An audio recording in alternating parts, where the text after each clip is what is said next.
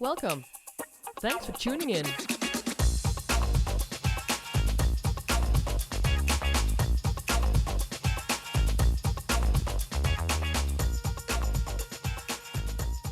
Zanna!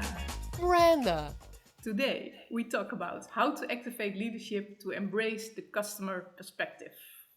Right. And as always, let's start with why this podcast. Yeah, so one of the things, well, a few things that I see. So we're going to talk about how a lot of CXers are struggling to activate leaders, meaning I think there's no leader that is against CX, but to really get them to actively contribute is a challenge for a lot of CX programs.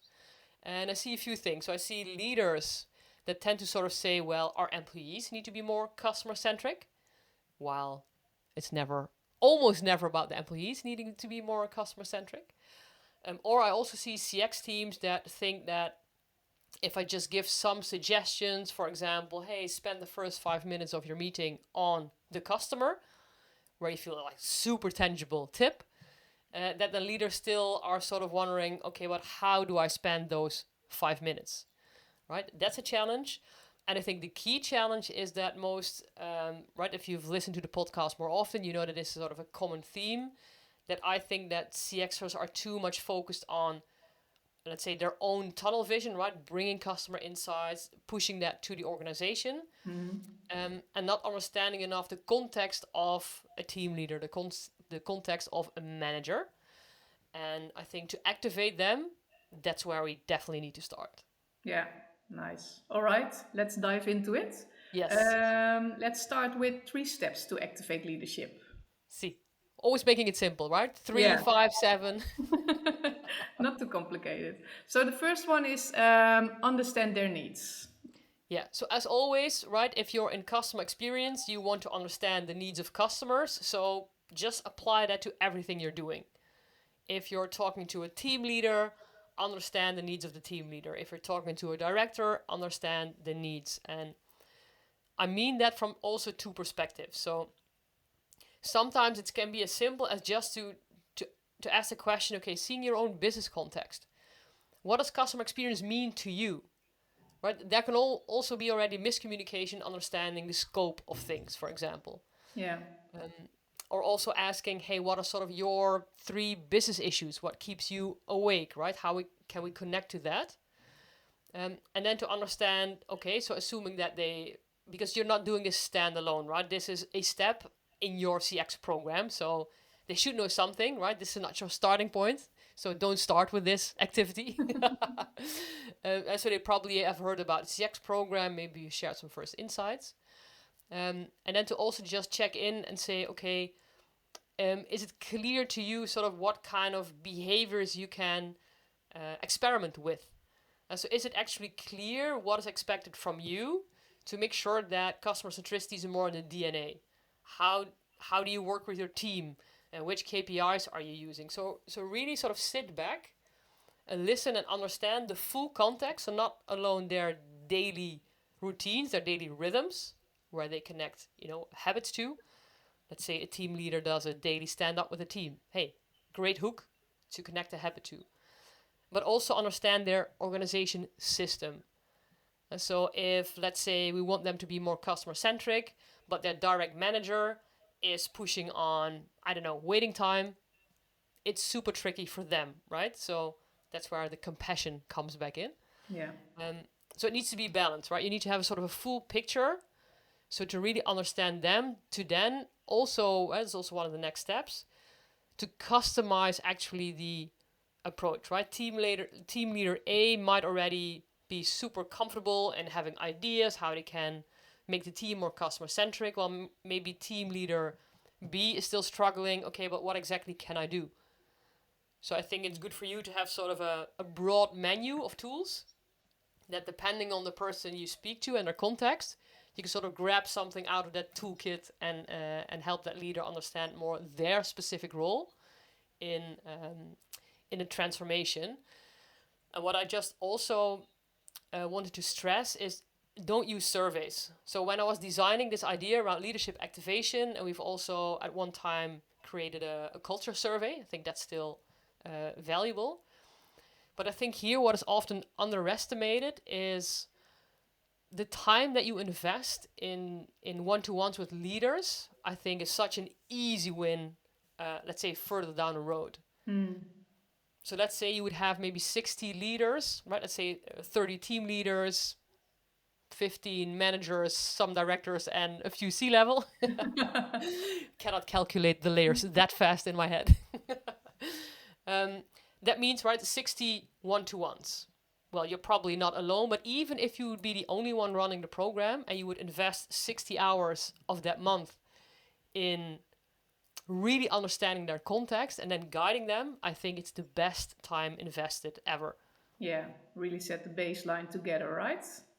Yeah, definitely. And really get them. I mean, so I used to really be from the bottom up approach, right? Hey, let's just mobilize employees. If they're excited, let's go. The system doesn't matter, revolution.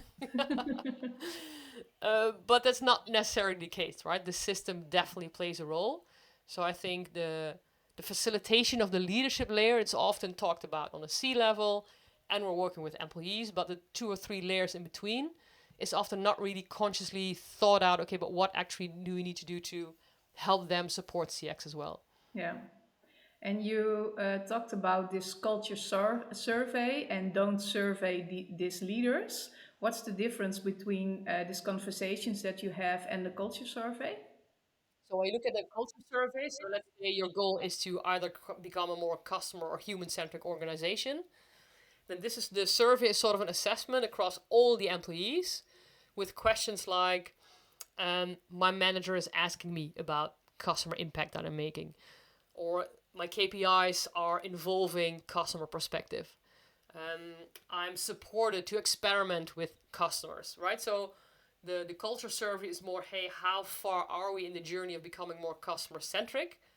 Well, this is really deep diving, one-on-one understanding, okay, what do you need to play an active role that ideally will start enhancing the culture survey scores because leadership is embracing customer centricity as well.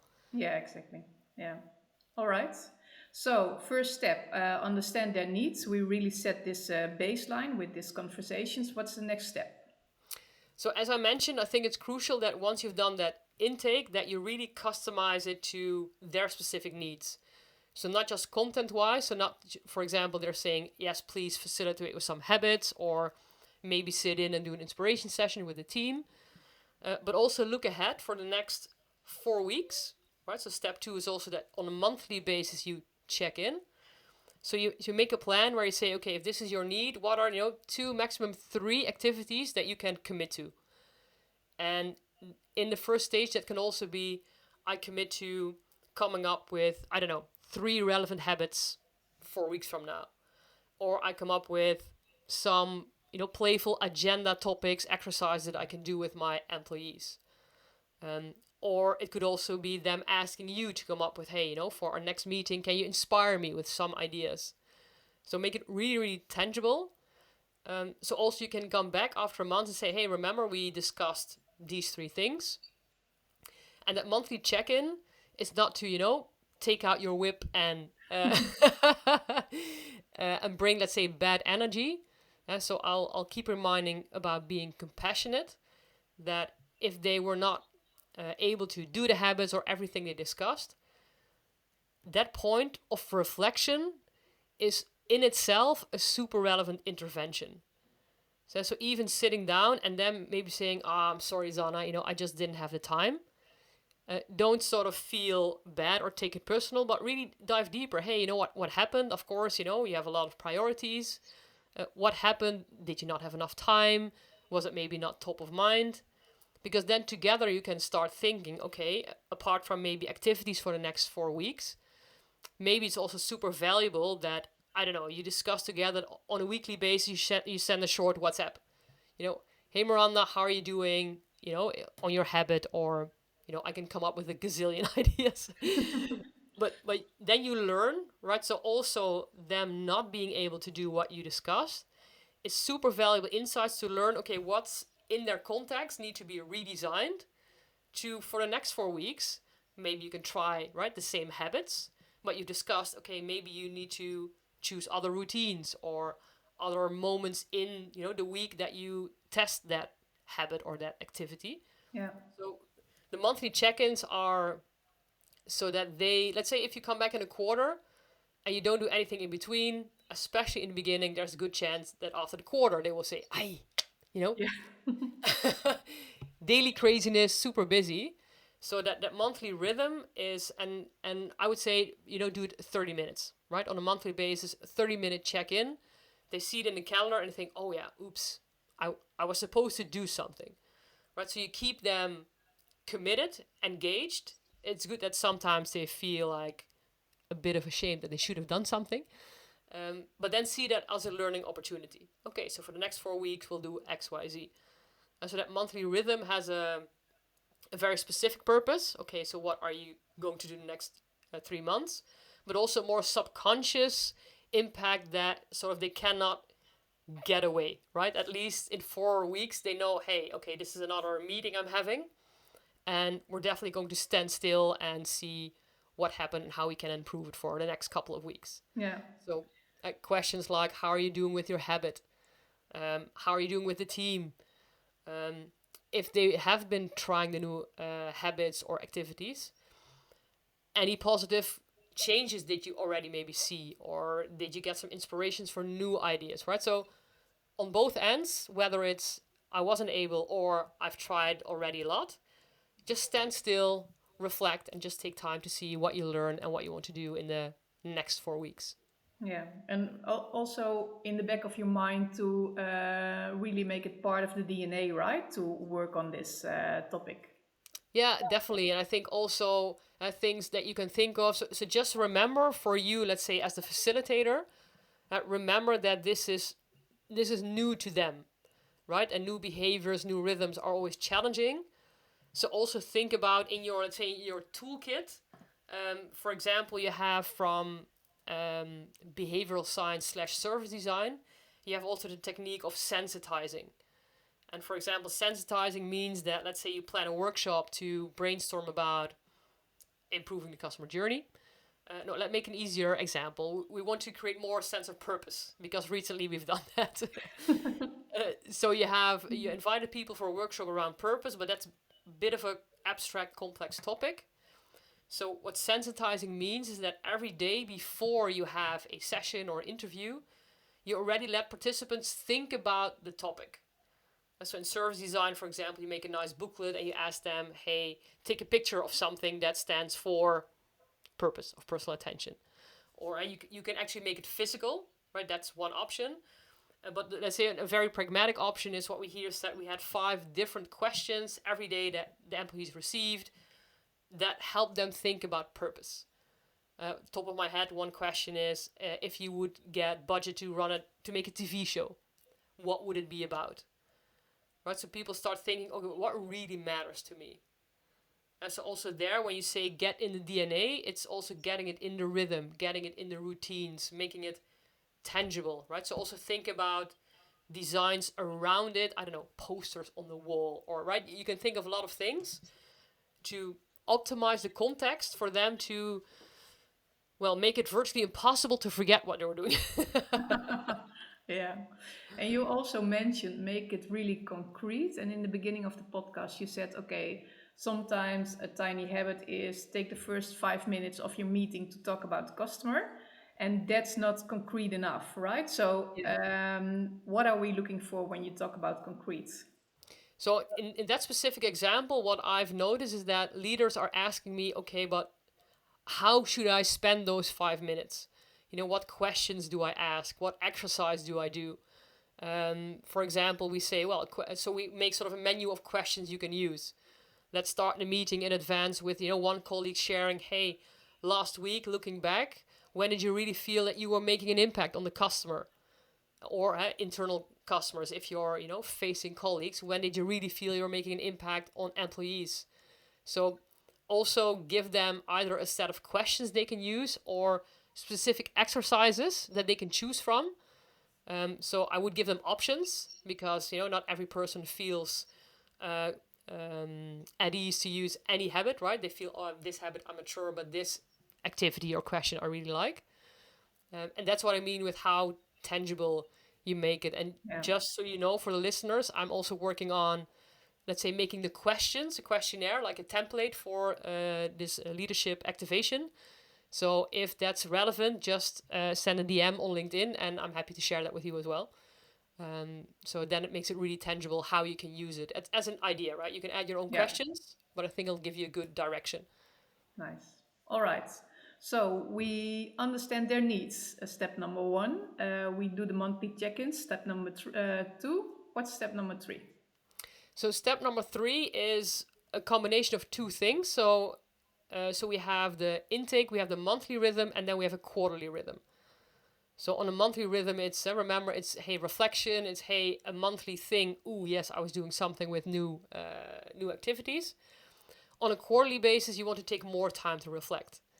So on a quarterly basis, I would again say plan an hour, looking back to the last 3 months. You know what went well, what changes in behaviors in the team did you see, but also ask, hey, your own leader, as a sanity check, is your own leader asking you questions about this? Because ideally, you're doing this in parallel across all the different layers, right?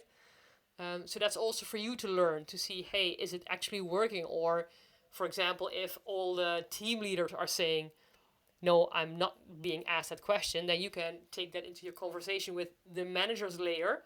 Hey, I hear the team leaders don't feel that you're asking the questions. Are there any struggles you're facing? I don't know, are there other priorities? So that quarterly session for me is a more extensive reflection. Um, and that's individual, right? So that's one to one. But also a lot of people in general, but also leaders, they like to also learn from each other. And especially in a context where you're creating this new culture, this new DNA, people really like to just feel, hey, it's not just me, right? We're doing this collectively. But also, hey, it's also okay to fail, quote unquote, because for me, forgetting your habit or not spending enough time is not failing. It's right, you're learning. And as long as you then try something different, that's the essence, right? It's not going to go perfect. It doesn't have to go perfect. Perfect to me is that you reflect, stand still, learn, and try new things.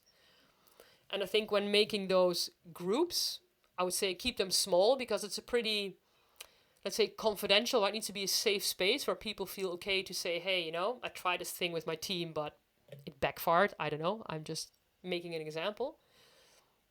And also think of how you combine, right? Which colleagues you put in one team, not just for the different layers. So think smartly depending on the hierarchy in your organization. Does it make sense to combine, let's say, team leader with manager with director with C-level? Or will a team leader really feel uncomfortable if there's a, chief customer officer there? And also in between, let's say, the type of DNA, right? So also blend well that there are different personalities there. Or maybe there is a good mix of people that are really embracing this versus other people who feel like, I'm not convinced about this whole customer centricity thing, right? So make smart designs of how you facilitate, let's say, the group learning. And for me, the same as with the one-to-ones, that group learning is mostly for the participants, right? So they can inspire each other. But also, again, for you to just sit back, take time. I mean, everybody's running all day, right? So also, I think you should not underestimate the impact of just planning reflection time. Yeah, reflection is a big part of this podcast as well, right? Why is it so Exactly. important in this transformation? Yeah, I think in general, right? Also, I'm now writing my new book, and for me, on the next podcast, I will share a few topics as well. But one of the layers, so the model of the new book is collected around 3 layers, and one of those layers is all about you and how do you inspire meaningful transformation. You being the CX leader or the transformation leader, and you being the CEO, right? From both perspectives. And I have this list of 23 from the top of my head, 23 different behaviors. And I think for any person who wants to mobilize others, who wants to inspire others, for me, it's just impossible if you to do that without constantly reflecting, okay, but what's my role in this? What did I feel? Are my intentions sort of pure, or am I projecting all my own, drama on somebody else? Right, that's on a personal level, and just in a everybody keeps on running, nobody just stands still. I still believe that every company should, every person, every employee should say, okay, just, half a day a week, I'm just blocking for reflection and see, what went well, what went wrong on a personal level, on a content level of projects. I think we would enhance not only our impact significantly, but also just sheer, joy, wellness at work. I think that would also accelerate a lot. Yeah, Right? I think everybody's just crazy busy, and we keep each other crazy busy. yeah, good one. And when we talk about reflection, I'm not sure, but do you have some tips? How do you do a good reflection? Yeah, I think it depends on a personal level. I think it's really personal what works for you, right? I think listeners know that, for example, I spend 1 week a month in near the ocean, so I'm not spending that full week on reflection, right? I try to have half of the week meetings, and half of the week, writing the book or thinking of new ideas. So for me, what really works is writing. Right, so I always bring a notebook, sit somewhere in one of the beach bars, and just start writing, and just see sort of download the week, download what happened, and then see where it takes me. Right, so I don't even have an answer, but while writing, I feel sort of my body is a very clear indicator, where once it feels super calm, I know okay, that was sort of the thing that I need to discover. Yeah, And I think that's really personal. I think on the, for example, the leadership activation, part of that template that we're making are also need just questions that you can ask in sessions. And I think on that, if you're wondering, hey, what questions to ask, I think I wrote 7 blogs on how I'm very annoyed with the hype around AI. But one of the best applications of AI is, let's say, the psychologist role. So just ask ChatGPT, right? Hey, we're having this meeting. This is roughly the topic. What are 3 inspiring reflection questions? And you get a huge load of super cool questions for sure. yeah, nice, cool. All right, so these were the 3 steps. Any other things to discuss?